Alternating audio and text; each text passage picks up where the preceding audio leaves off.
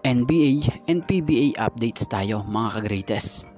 Sa NBA updates, literal na ginulat ang mundo ng basketball sa naganap na trade sa koponan ng Philadelphia 76ers and LA Clippers sa NBA matapos mapunta at makuha ng LA Clippers ang NBA superstar na si James Harden.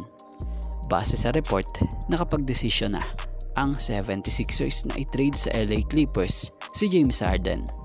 Ang pagdating ni Harden sa kampo ng Clippers ay kinumpirma nga ni Adrian Wojnarowski ng ESPN, kung saan ayon sa saad na to, breaking, the Philadelphia 76ers have agreed on a trade to send guard James Harden to the Los Angeles Clippers, sources tell ESPN.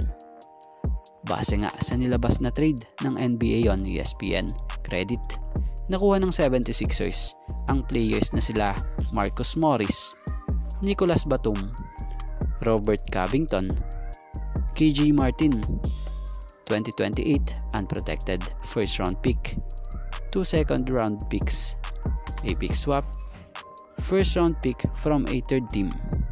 At ang Clippers naman, nakuha naman nila sila James Harden, PJ Tucker, and Philip Petrusev.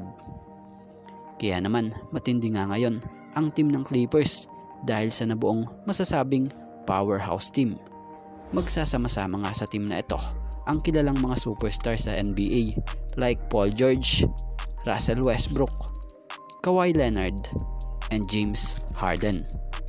Samantalang malipat naman tayo sa PBA updates, maganda ang magiging opening season ng PBA para nga po sa koponan ng Blackwater Bossing dahil sa fully recovered na ang kanilang rookie na si Christian David.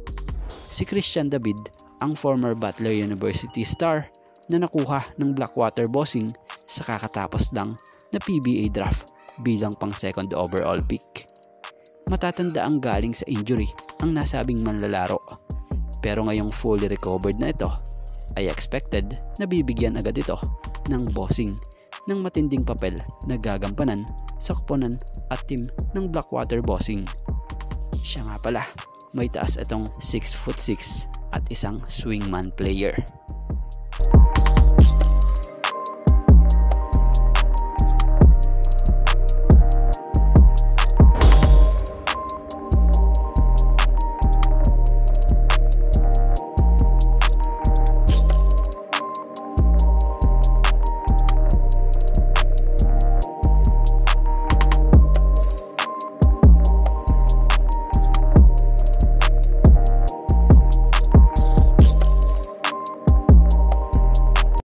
Bago ang lahat mga ka-greatest, lilinawin lang natin, lahat ng basketball update natin dito, lahat totoo at hindi puro rumors.